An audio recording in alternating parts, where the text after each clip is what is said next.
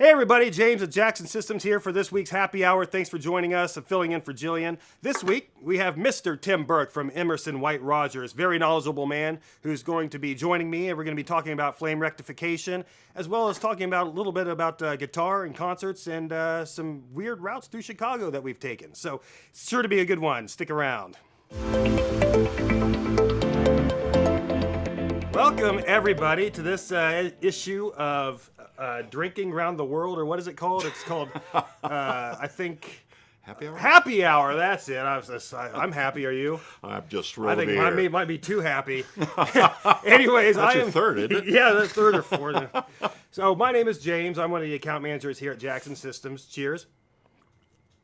And Jillian normally does this, but she's out somewhere screwing off. So she asked me to do it for her, so I happily obliged. And I am here with Tim Burke from Emerson White Rogers. I got the short end of the stick. Yeah, right no now. kidding. Yeah, second string. Yes, I'm with Emerson White Rogers, actually. Okay, all right. Well, I just wanted to say welcome. Thanks for joining me. It's great to be here, guys. Normally, we do this on Fridays, but Tim's actually here to do a training tonight. We're going to go, it's our first training of the season, our fall training season, and we're going to be talking about combustion, right? Right, well, actually, flame rectification is that time of the year where we're doing all the cleaning, check, and startup.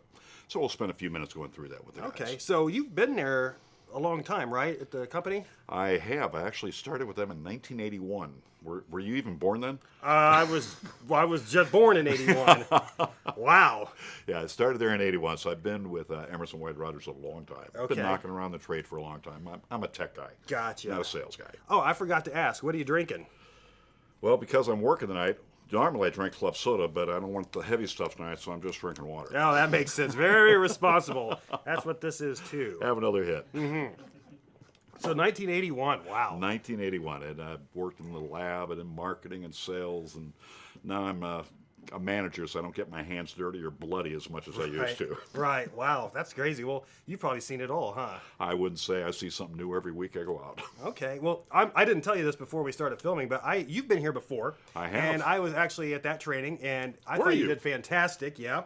I don't remember him. Yeah, well, I was behind the camera. I was on the other side of Oh, the you camera, were on the yeah. camera. Okay, I just Yeah. had your face behind that. No, thing no, all no. the time. So, no, you did a great job, and I can tell you this, honestly, that we got, I think, probably got the most feedback from that training as far as people saying they enjoyed it. So, Well, thank you very there was much. a lot of stuff to learn, but you did a great job explaining it for morons like me who can actually kind of follow along. Of course, I was trying to follow along with you on the camera. But I move a lot, don't I? yeah. Back and So forth. whoever's doing it tonight, it won't be me, but they got their hands full. So I've been telling my contractors today on the phone, if the ones around here, to, you know, if they're gonna get any training, get the one tonight, because I think you do a great job. Well, thank you. So very much. I'm I looking forward to appreciate hearing it. Yeah, I'm looking forward to hearing it again. And you kind of, if I remember, you kind of take the trainees on a virtual tour of the equipment, right? Because you said if you were here, and maybe you can explain kind of what you do.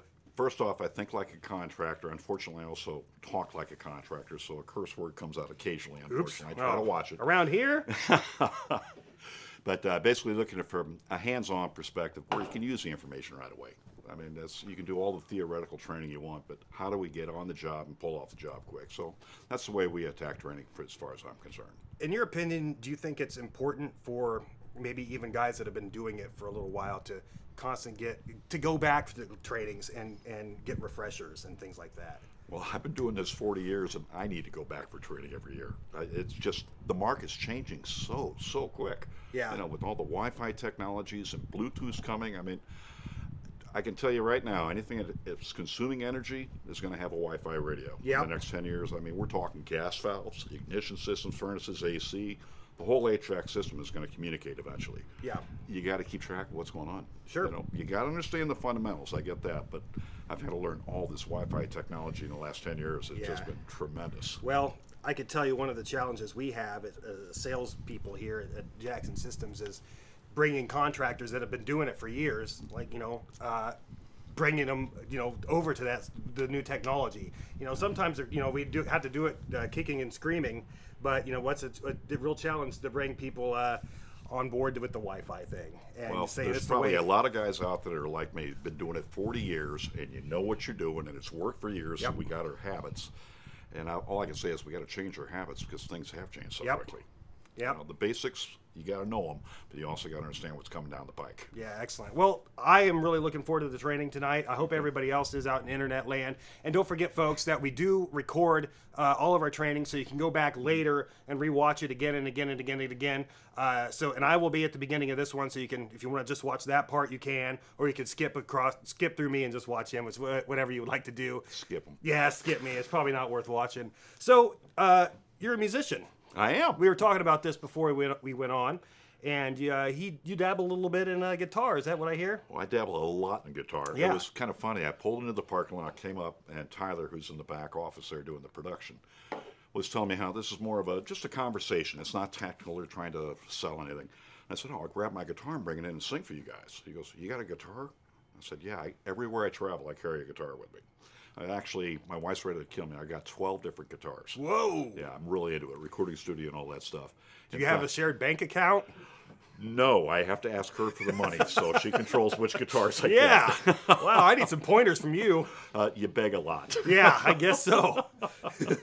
I have this little guitar. It's about yay long and about yay wide. It's almost like a pool cue case, and I take that when I travel to Asia often for the job. And that thing is on a battery-operated little preamp, so I can sit on the plane with earphones on and be sitting there just rocking and rolling, and people are thinking I'm the strangest beast that ever walked. Wow. It's a blast. Do you plug it into your phone and everything you said? Or? No, it's a pair of headphones, and it's a Okay. small direct box. Oh, It's wow. all battery-operated, so you can literally just sit there I've and never heard of go that. to it. Oh, it's great. I bet, for training or for practicing that. It's I'd rather do that than read. I'm getting really hard. I can't see too well. Yeah. So now I can hear well. Yeah. So I'll just go ahead and play away instead of trying to watch the movies on that little massive screen you get inside of an airplane. Right? Yeah. Well, I'm a world famous drummer, as Right. I'm sure everybody out there knows. We used to get together sometime and jam. I would love that. Did you bring your guitar? I did. I brought it in mainly so it wouldn't get stolen. Probably. Yeah, we're in Beech Grove. It's probably a good idea. Can we see it? Well, sure. In fact, let me show you something on here. You guys will never have seen this. Anybody out there, a musician, I'm going to show you something real quick, and then we'll finish up this little thing.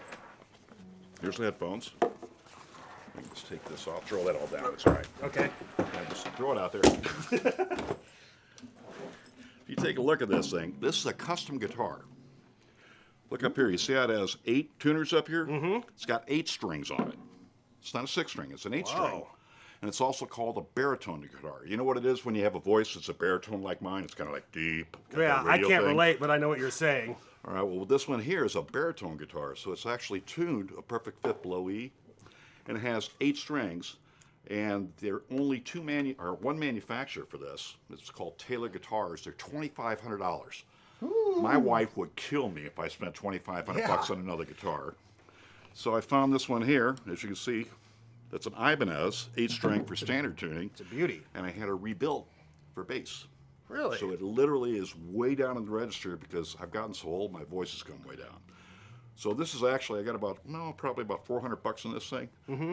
I love it. I carry bet. this, and I have a dozen guitars back at the house that I can bring with me. This is the one that travels with me, or the little one for the plane. It's a beauty. I've Yeah. never seen one like that Yeah, before. kind of unusual, isn't it? And notice Yeah. something else here. It's got brass on the pegs right here. Uh-huh, I see that. I assume the viewers at home could see it. Little bronze things here. So these are real thin strings, so you can get an octave on here. So it just gives you a heck of a tone. Wow. So it's just way down there. So I can use that nice bass voice of mine. When I sing, it's real up high. I'm falsetto. I'm way down here. Put on that white voice. There we go. Oh, that's nice. I like it. Yeah, I wish. Well, So anyway, that's what I do. So I travel. I love music, and that's what I do for therapy. Who are some of your favorite artists? Oh, I'd say the biggest influence probably Stephen Stills. Okay. For guitar. Have you ever seen CSNY in I concert? have. I saw them in 1974. Wow. You're dating yourself, right? Before you were born. Yeah, they were down at the MRF down at Southern Illinois University, a huge amphitheater, and it was just an excellent concert. Wow. I had a great time watching them. I've seen a number of bands over the years, but from guitars, probably Stephen Stills, and I play bass, I play banjo, I play mandolin. I just Banjo do is all kinds of tough. stuff. Well, I'm from the Ozarks in mid-Missouri. I'm a Oh. farm boy originally. I grew up on a farm, so yep, that goes quite well. Gorse. We go down to the Ozarks back home. I'll bring my banjo down. You'll go down to the city hall of the population, the town of Eminence where I'm at. Uh-huh. 62 people. So we go down to the city hall, which is nothing but a trailer out back. And everybody gets together on a Friday night, and we just picking and grinning and drinking beer or whatever and having a good old time. That sounds great, but it's a little cliche, but it sounds like It's a hell true. of a time. It's true.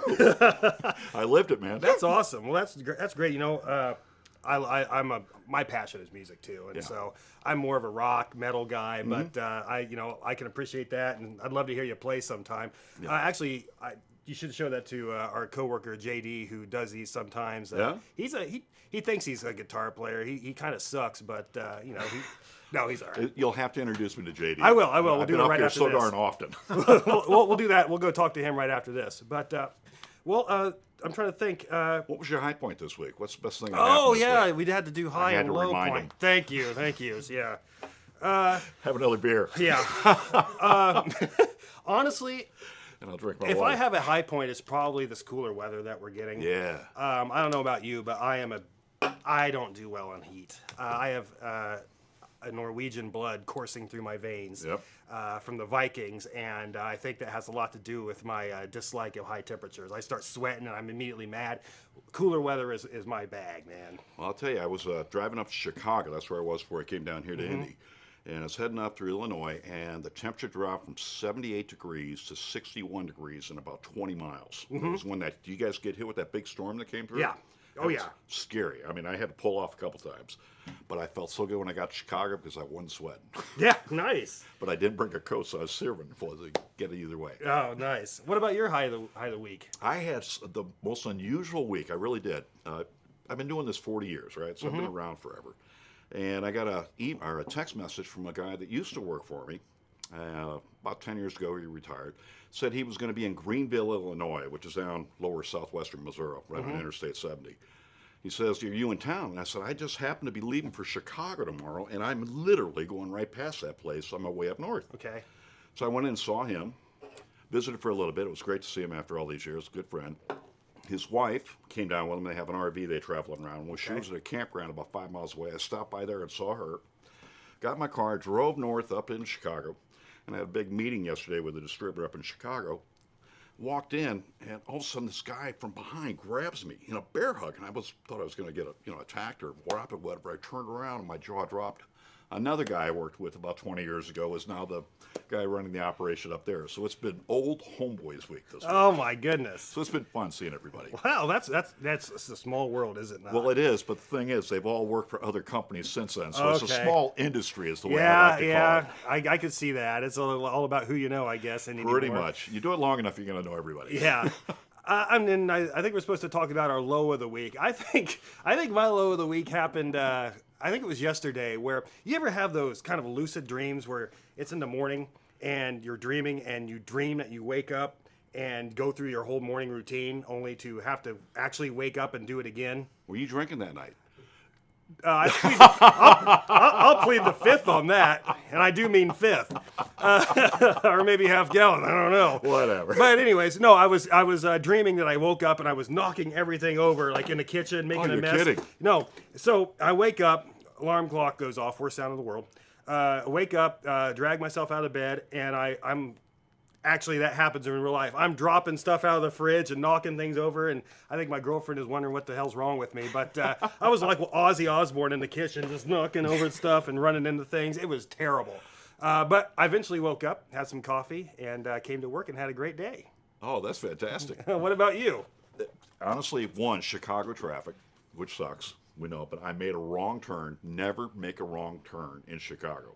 I got on one of those damn tolls that took me all the way downtown and way back around.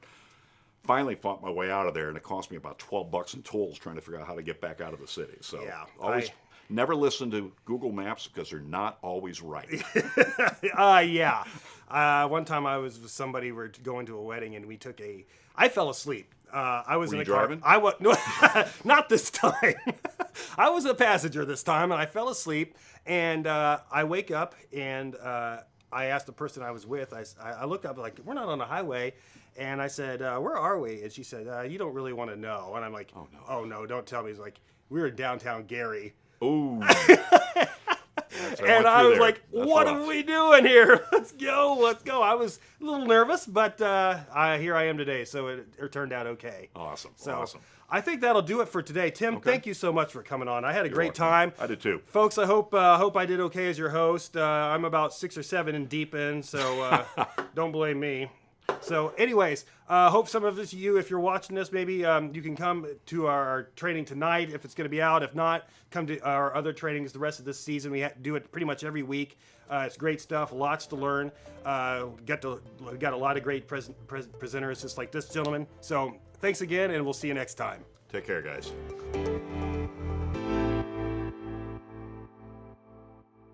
Thanks for watching the video. Be sure to smack that like button below. And if you want notifications on brand new videos that are coming out tailored just for you, be sure to subscribe right here to the Jackson Systems YouTube channel.